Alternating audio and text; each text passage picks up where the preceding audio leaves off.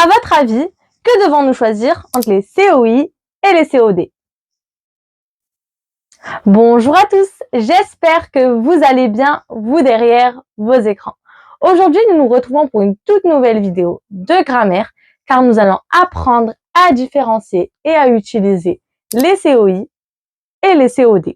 Mais avant de commencer cette leçon, je vous invite à vous abonner à ma chaîne, à liker la vidéo, activer la cloche de notification si mon contenu vous plaît et vous intéresse. Alors c'est parti pour commencer cette vidéo. Dans une toute première étape, je vais pouvoir vous faire un petit récapitulatif de ce que nous allons faire dans cette vidéo, c'est-à-dire la définition et à quoi nous sert le COI et le COD, qu'est-ce qu'un complément d'objet et comment nous allons pouvoir les manipuler et les retrouver dans nos phrases. C'est très simple. Il faut savoir que le complément d'objet, il fait partie du groupe verbal. Il va nous permettre d'apporter des précisions sur le verbe. Le complément d'objet, il est essentiel, il est très important car on ne peut pas le supprimer et il est très rarement déplaçable. Et maintenant, nous allons nous concentrer par les compléments d'objet, mais cette fois-ci, le COI et le COD. Alors, c'est parti. Dans cette deuxième étape, nous allons nous concentrer sur les COI qui sont des compléments d'objet indirects. Le COI, il est souvent séparé du verbe par des prépositions qui sont de ou à. Ainsi, le COI, il est un mot ou un groupe de mots qui nous permettent de répondre aux questions suivantes. À qui? À quoi? De qui? De quoi? Je vais vous donner un petit exemple, donc une phrase, pour pouvoir utiliser et manier les COI. Voici la phrase. Clémentine parle à sa sœur. Dans cette phrase, nous allons nous poser la question, à qui parle Clémentine? Clémentine parle à sa sœur. Grâce à cette question, nous pouvons déterminer quel est le COI, car en posant la question à qui, on peut déterminer que à sa sœur, c'est le COI, c'est-à-dire le complément d'objet indirect. Faisons un autre exemple. Dans la phrase « Tom se souvient de sa leçon », nous allons nous poser la question « De quoi se souvient Tom ?» Il se souvient de sa leçon. En nous posant la question « De quoi ?»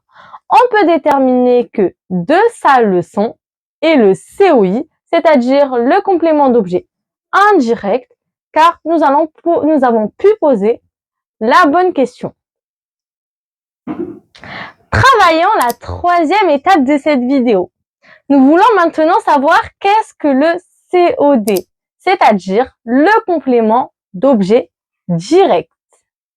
Le complément d'objet direct, il nous permet de répondre à la question qui ou quoi. Nous allons pouvoir faire deux phrases d'exemple pour pouvoir manier et utiliser notre COD et nous poser les bonnes questions. Alors, c'est parti. Faisons le tout dernier exercice de cette leçon pour déterminer notre COD. Voici la phrase suivante. Je conduis un camion. Nous allons nous poser la question, je conduis quoi? Un camion. En me posant cette question, quoi? Je réponds un camion. Alors, un camion est le COD de cette phrase, le complément d'objet direct. Testons avec une autre phrase. Il a vu son ami. Nous allons nous poser la question, il a vu qui? Son ami.